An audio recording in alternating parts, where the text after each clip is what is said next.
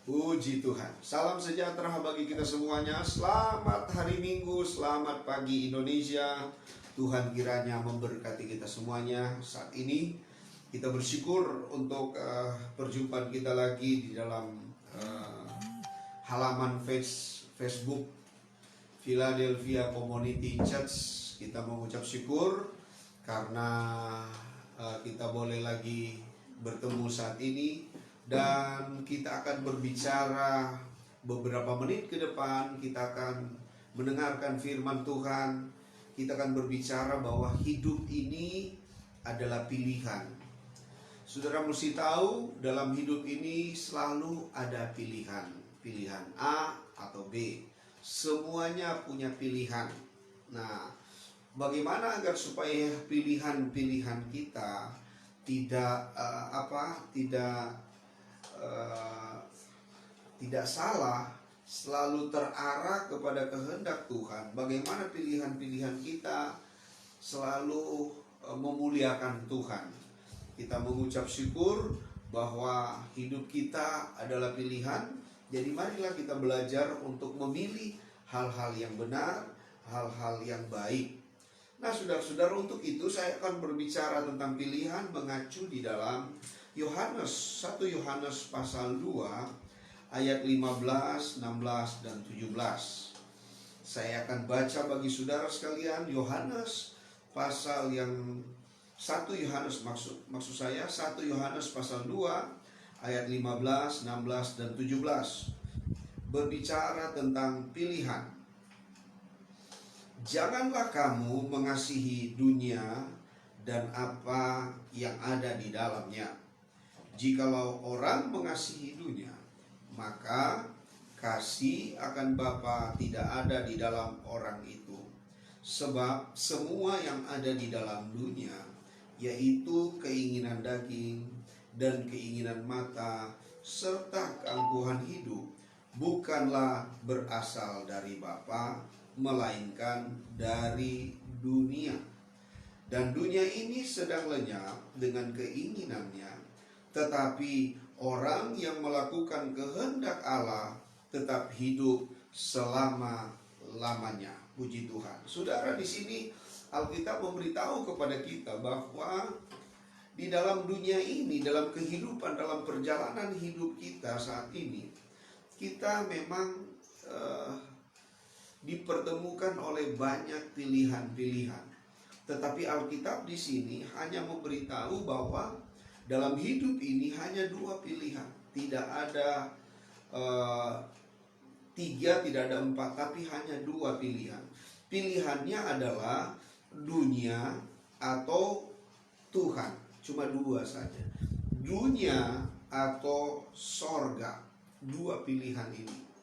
Nah, Alkitab memberitahu agar supaya pilihan kita tepat, agar supaya pilihan kita benar, agar supaya pilihan kita tidak melenceng, pilihan kita adalah pilihan yang benar.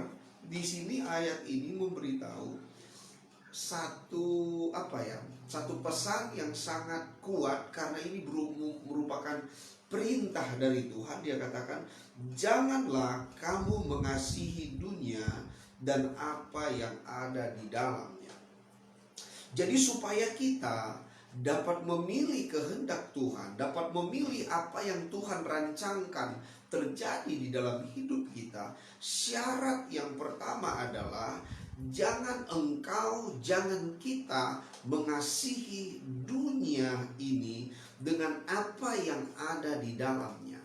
Artinya dunia ini memiliki kemampuan untuk menarik kita. Dunia ini punya kemampuan untuk menggoda kita. Dunia ini punya kesanggupan dan kemampuan untuk menggagalkan perjalanan hidup kita. Ini kata Alkitab. Sehingga Tuhan berkata, janganlah engkau mengasihi dunia dan apa yang ada di dalamnya. Jadi kalau engkau mengasihi dunia ini lebih daripada Tuhan, saudara akan gagal mengiring Tuhan. Jika saudara lebih mengasihi harta, lebih mengasihi pencapaian-pencapaian, lebih mengasihi apapun yang ada di dalam dunia ini, berarti kita sedang berjalan menuju kepada kegagalan. Artinya, maksudnya adalah kita sudah memilih hal yang tidak benar, hal yang tidak sejati. Kehidupan sejati akan tercapai waktu kita tidak mengasihi dunia. Ada banyak orang gagal, ada banyak orang percaya gagal. Karena apa? Karena lebih mengasihi dunia.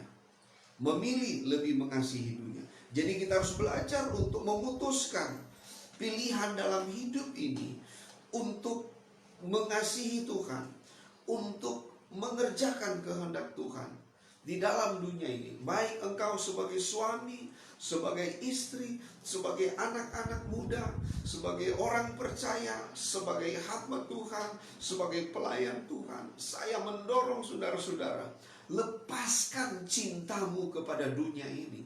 Lepaskan kasihmu kepada dunia ini. Berikanlah cintamu, kasihmu seutuhnya, sesempurnanya untuk Tuhan. Tidak ada jalan tengah, tidak ada jalan netral dalam mengiring Tuhan. Dalam pengiringan kita kepada Tuhan, harus berpijak pada hal yang tepat, harus berpijak pada hal yang benar. Tidak ada jalan tengah. Harus punya prinsip. Alkitab berkata, ya di atas ya, tidak di atas tidak. Jadi artinya maksudnya Tuhan ingin berkata begini, kalau engkau memilih dunia, hiduplah di dalam pilihan-pilihan itu. Tapi kalau engkau memilih kehendak Tuhan, memilih sorga, memilih Bapa, memilih Yerusalem baru, hiduplah dengan nilai-nilai sorgawi, hiduplah dengan nilai-nilai kerajaan Allah.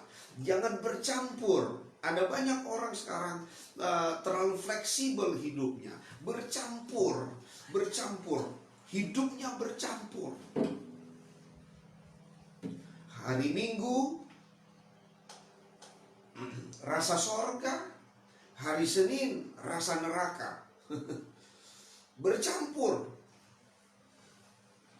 Hari Selasa rasa sorga, hari Rabu rasa neraka lagi. Hari Kamis rasa rohani, hari Jumat rasa rohana. Hidup ini saudara-saudara tidak boleh hidup ini bercampur.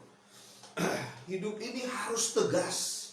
Kalau engkau iring Tuhan, kalau engkau cinta Tuhan, lepaskan hidupmu sepenuhnya untuk Tuhan. Jika engkau memang cuma mencintai dunia ini, ya lakukanlah itu dengan standar-standar nilai-nilai moral dunia.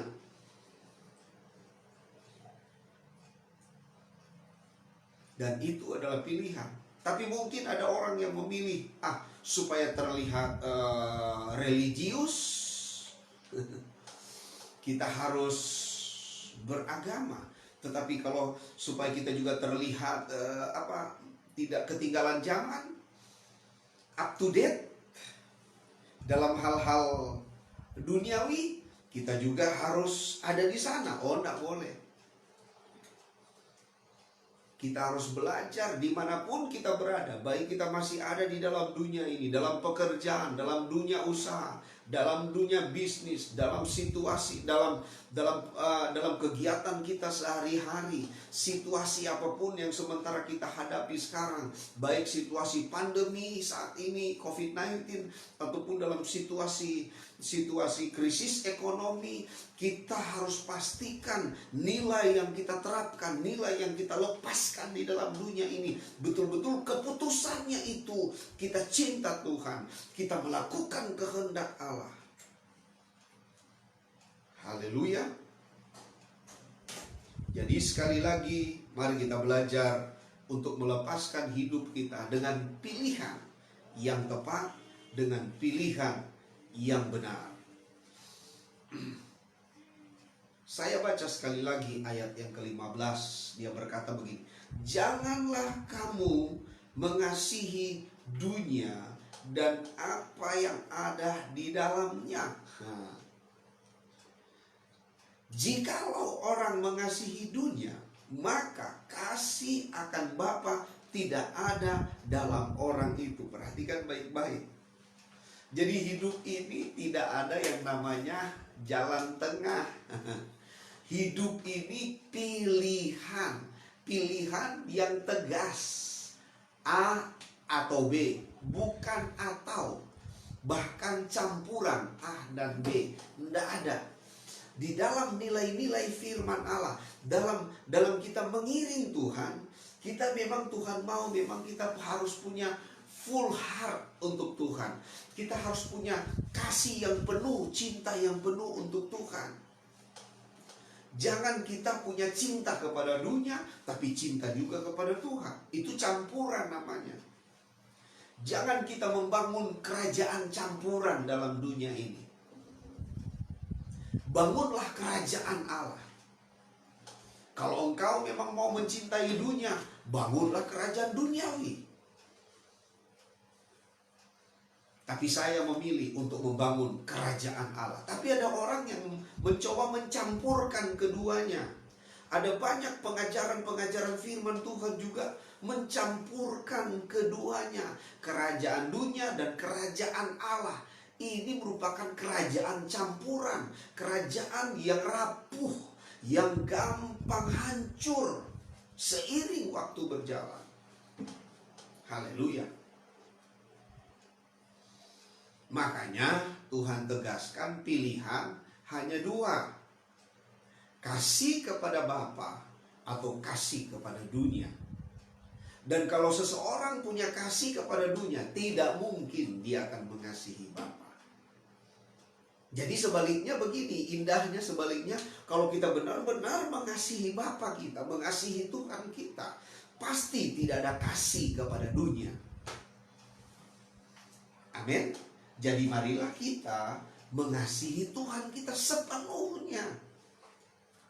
Tapi dunia ini punya senjata untuk menjatuhkan kita. Coba kita lihat senjata yang dunia gunakan untuk menggagalkan perjalanan hidup kita. Ada senjata dunia yang digunakan. Senjata dunia di dalam ayat 16. Dia berkata begini. Ayat 16. Sebab semua yang ada di dalam dunia. Sekali lagi, semua yang ada di dalam dunia. Jadi dunia itu punya cengkeramannya. Punya sesuatu yang dia tawarkan. Nah, makanya ini yang saya namakan, dunia punya kekuatan untuk menggoda kita. Dunia punya kekuatan untuk menggagalkan kita. Dunia punya kekuatan untuk menarik kita. Menarik kita untuk mencintai dunia, untuk menggoda kita untuk terjerembab di dalam cinta kepada dunia. Kekuatannya yang dia pakai adalah, coba kita baca sekali lagi ayat 16. Sebab semua yang ada di dalam dunia, apa itu? Keinginan daging dan keinginan mata serta keangkuhan hidup bukanlah berasal dari Bapa. Perhatikan baik-baik, bukan berasal dari Bapa. Jadi keinginan ini tidak berasal dari Bapa, tapi dari dunia. Jadi dunia punya senjata, dunia punya kekuatan untuk menggoda kita, untuk menarik kita, untuk apa saudara-saudara? Membuat kita tidak mencintai Bapa kita dengan sepenuhnya, yaitu keinginan daging, keinginan mata, dan keangkuhan hidup. Haleluya. Dan ini katanya dunia yang produksi. Bukan Bapa di sorga yang produksi, dunia yang memproduksinya. Jadi hati-hati dengan dunia ini, saudara. Hati-hati dengan dunia ini. Dan dunia tidak memproduksi setan dalam bentuk genderuwo dan menakutkan. Atau dunia tidak memproduksi Dracula untuk menakut-nakuti orang. Dunia tidak memproduksi pocong, tapi dunia memproduksi keinginan daging, keinginan mata, keangkuhan hidup. 3 hal ini sangat cocok dengan manusia lama kita. Ketiga hal ini sangat cocok dengan gaya hidup duniawi. Sangat cocok. Sangat tepat. Sehingga orang-orang merasa tidak bersalah untuk hidup dalam kedagingan. Sehingga orang-orang merasa tidak salah dengan mengikuti keinginan mata. Sehingga orang-orang merasa tidak salah kalau sombong. Apalagi kalau kaya, banyak duit, ganteng dan cantik. Orang berpikir tidak salah. Kenapa dia berpikir tidak salah? Karena memang, sekali lagi saudara-saudara, karena memang manusia lama, saya yang lama, kita semua yang ada di gedung ini, di tempat ini yang lama, suka melakukan itu. Dan orang-orang dunia suka melakukan itu. Jadi menurut mereka ini hal yang biasa, hal yang lumrah. Karena ini kedagingan dan keinginan mata dan keangkuhan hidup. Ini sebenarnya cuma berbicara tentang standar moral dunia. Sehingga ada aturan-aturan di dalam dunia ini. Untuk mengatur apa aturan di dalam dunia ini? Untuk mengatur kedagingan, untuk mengatur keinginan mata dan keangkuhan kehidupan. Untuk mengatur itu. Undang-undang di dalam setiap negara, peraturan-peraturan dalam setiap negara hanya mengatur ketiga unsur ini supaya manusia tertib hidupnya. Tetapi apakah itu menjadi solusi bagi kita? Tidak jadi solusi. Karena kejahatan tetap ada. Korupsi tetap ada.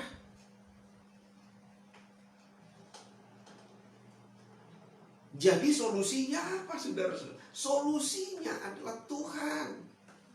Solusinya adalah kita kembali, kita bertobat, kita mengasihi Tuhan, bukan mengasihi dunia. Percayalah saudara, waktu Anda mengasihi Tuhan dengan segenap hati, waktu Anda mengasihi Tuhan dengan full kepada Tuhan, engkau mengasihi Tuhan dengan full, Anda akan menjadi orang yang dahsyat di dalam dunia ini.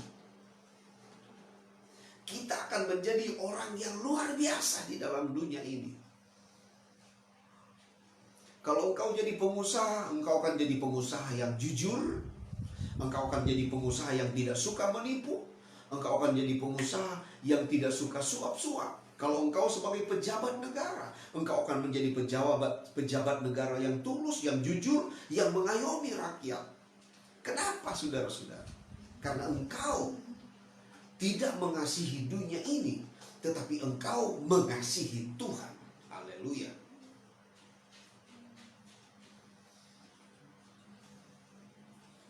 Jadi solusi dari kesemrautan kehidupan dunia saat ini adalah lepaskan cintamu kepada dunia, arahkan cintamu kepada Tuhan. Haleluya. Orang kalau mengasihi Tuhan, tidak mungkin dia membenci. Orang kalau mengasihi Tuhan dengan segenap hati, tidak mungkin dia tidak taat. Seharusnya orang yang mengasihi Tuhan terlepas dari keangkuhan hidup, terlepas dari keinginan mata, terlepas dari kedagingan. Seharusnya, tapi pada prakteknya, maaf saudara, pada prakteknya tetap masih ada. Masalahnya di mana?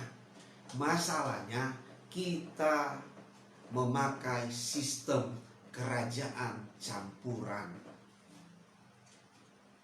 Kita mencampur standar moral dunia dengan standar moral sorgawi, sehingga kebenaran menjadi bias, sehingga kebenaran itu tidak berada pada tempatnya, sehingga orang menjadi bingung. Dan ini pekerjaan iblis, supaya orang tidak percaya Tuhan lagi, supaya orang percaya Tuhan itu hanya status sosial, supaya orang percaya Tuhan itu bukan datang dari hatinya, tetapi dari apa ya? Sesuai kebutuhan. Kalau dia bergaul dengan orang-orang yang religius, dia menjadi kelihatan religius. Kalau dia bergaul dengan orang-orang yang pembohong, pendusta, koruptor, dia pun akan menjadi seorang pendusta dan koruptor.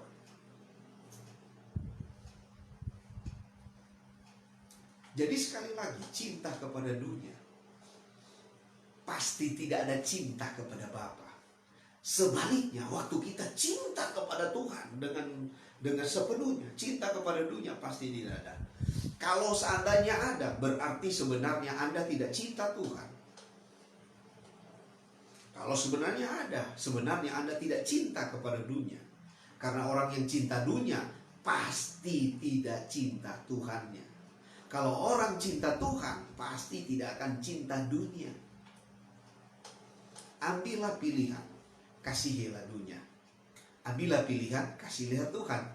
Mana yang Anda pilih?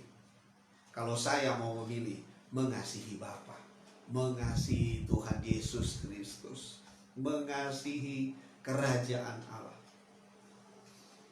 Dan saya berusaha belajar untuk tidak ada campuran dalam hidup ini. Harus murni, harus pure kepada Tuhan, bukan kepada dunia campur-campur. Makanan yang enak memang campur-campur ya. Campur. Nasi kuning, kalau cuma nasi kuning nggak ada yang lain-lainnya, aksesoris lainnya kan nggak enak. Memang dunia tawarkan seperti itulah kira-kira. Amin. Gitu juga kan makanan apapun. Kalau cuma satu macam di meja kan nggak enak. Mesti ada yang lain. Makanya ada istilah 4 sehat, 5 sempurna. Makanan mesti lengkap. Tapi itu secara fisiologi sebenarnya sedang mengajarkan kepada otak kita. Tidak cukup 1. Harus ada 2 atau 3. Makanya ada banyak juga suami seperti itu. Otaknya sudah terbiasa seperti itu. Tidak cukup 1, tapi mesti ada 2, ada 3. Ada cadangan lagi. Ini kayaknya kesebelasan. Orang sekarang berpikir seperti itu. Jadi dunia mengajarkan pola dunia ini sudah di mana-mana. Sudah di mana-mana. Kita harus betul-betul strike. Pilihan, ya di atas ya, tidak di atas tidak. Haleluya. Amin. Jadi di dunia ini memproduksi 3 hal. Menurut kacamata dunia ini baik. Tapi menurut kacamata Tuhan ini merupakan dosa. Mengerti sampai sini saudara? Mengerti ya? Jadi keangkuhan hidup itu, keinginan mata, keinginan daging, keinginan mata, keangkuhan hidup dari kacamata dunia. Dengar baik-baik supaya tidak salah. Dari kacamata dunia ini hal yang baik. Tapi dari kacamata kerajaan Allah, dari kacamata firman Allah, saudara-saudara, hal ini bukan baik atau tidak baik, tapi hal ini dosa. Artinya melanggar hukum Tuhan, melanggar hukum Allah. Ini dosa. Sehingga kita betul-betul harus mengambil keputusan untuk memilih yang tepat. Tidak boleh, sekali lagi, tidak boleh campur-campur. Haleluya. Saya berharap firman Tuhan yang singkat ini memberikan pencerahan kepada kita. Ayat 17 terakhir, ayat 17 ya. Dan dunia ini, jadi dari semua kebaikan-kebaikan yang dunia tawarkan, yaitu keinginan daging, keinginan mata, dan keangkuhan hidup, Alkitab berkata begini, dan dunia ini sedang lenyap dengan keinginannya. Tapi justru produk dari dunia ini katanya sedang lenyap. Walaupun kita lihat bahwa dunia ini semakin maju, dunia ini semakin dunia ini semakin keren katanya. Dunia ini semakin wow kelihatannya, pembangunan di mana-mana, kemajuan-kemajuan terjadi, percepatan-percepatan terjadi, saudara-saudara. Memang luar biasa kita lihat. Tetapi Alkitab bilang, justru dunia ini sedang lenyap dengan keinginannya. Jadi artinya begini, saya mau beritahu begini saudara-saudara. Lenyapnya dunia ini dalam keinginannya saudara-saudara, itu tidak terlihat langsung. Tapi itu sangat tipis. Tidak disadari.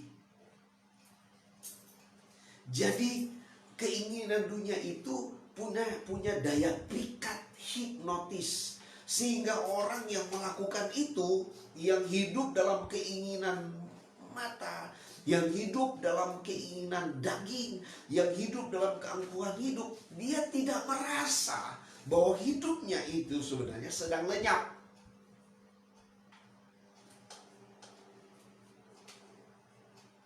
Jadi dia merasa bahwa dia berhasil, dia merasa dia hebat, dia merasa dia punya semuanya. Jadi betul-betul dia sudah terhipnotis, padahal Alkitab bilang sedang lenyap. Sedang lenyap dengan apa? Ya dengan kebanggaannya itu. Kebanggaannya itu apa? Keinginan matanya, keangkuhan hidupnya, dan apa saudara-saudara? Kedagingannya itu. Makanya Alkitab bilang dunia ini sedang lenyap dengan keinginannya. Perhatikan baik-baik orang yang memilih mengasihi Bapaknya, mengasihi Tuhannya. Tetapi orang yang melakukan kehendak Allah tetap hidup selama-lamanya. Jadi waktu kita memilih kehendak Allah, memilih mengasihi Tuhan, kita akan memperoleh hidup yang kekal. Hidup yang kekal artinya kita dalam bahasa umum bilang masuk sorga. Dalam bahasa umum dikatakan masuk dalam Yerusalem baru. Di dunia yang Tuhan ciptakan khusus untuk orang-orang yang mengasihi Tuhan dengan sepenuhnya. Orang yang taat, orang yang percaya, orang yang berharap dan bersandar hanya kepada Tuhan. Orang yang membayar harga dalam dunia ini, tidak ikut di dalam keinginan mata, keinginan daging, dan keangkuhan hidup. Orang-orang yang melepaskan manusia lamanya, orang-orang yang tidak tergoda dengan kekuatan dunia yang menghipnotis itu.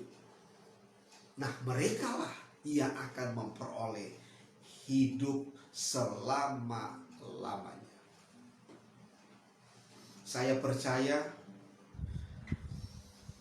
hanya Yesus yang dapat memberikan kehidupan selama-lamanya. Saya mendorong kepada kita semua, saudara-saudara, sebagai orang percaya, tetaplah taat, kasihilah Tuhan dengan segenap hidupmu. Jangan lepaskan cintamu kepada Tuhan. untuk tergoda cinta kepada dunia, tapi cintailah Tuhan. Engkau tidak akan pernah kecewa waktu engkau cinta Tuhan. Tidak pernah kecewa. Waktu engkau iri Yesus, tidak pernah kecewa. Ada lagu lama berkata, tak pernah kecewa mengiring Yesus, tak pernah kecewa, ku serahkan semua, berjalan sertanya, semakin bahagia, tak pernah kecewa, buat selamanya. Itu lagu lama. Waktu engkau iring Yesus dengan segenap hatimu, taat kepada Yesus dengan segenap hatimu, engkau tidak akan pernah kecewa. Kita mungkin akan mengalami masalah, betul kita mengalami masalah. Kita menghadapi pandemi, betul kita menghadapi pandemi. Kita menghadapi resesi ekonomi, betul kita mengalami resesi ekonomi. Kita mengalami sakit, kita mengalami kelemahan tubuh, kita mengalami kegagalan, betul kita akan alami itu. Tapi dengarkan baik-baik, Tuhan tidak pernah mengecewakanmu waktu engkau mencintai Tuhan dengan segenap hidupmu. Dia akan tetap terus menyertai engkau, memberikan engkau kekuatan, memberikan engkau kesembuhan, memberikan engkau pemulihan, memberikan engkau dorongan untuk tetap terus berjuang di dalam hidup sampai kita berjumpa dengan Yesus. Satu kali kelak kita akan berjumpa dengan Tuhan kita. Doakanlah istrimu, doakanlah suamimu, dan ajarlah anak-anakmu, cucu-cucumu dengan segenap hatimu untuk cinta Tuhan. Berapapun harga yang engkau bayar untuk mengajarkan anak-anak, ajarlah mereka supaya engkau tidak akan kecewa. Waktu engkau nanti di Yerusalem baru, engkau akan berjumpa dengan orang-orang yang engkau cintai. Tak pernah kecewa mengiring Tuhan. Tuhan memberkati kita semuanya. God bless you all. Tuhan memberkati Indonesia. Tuhan memberkati gerejanya. Mari kita cinta Tuhan. Haleluya, haleluya, amin.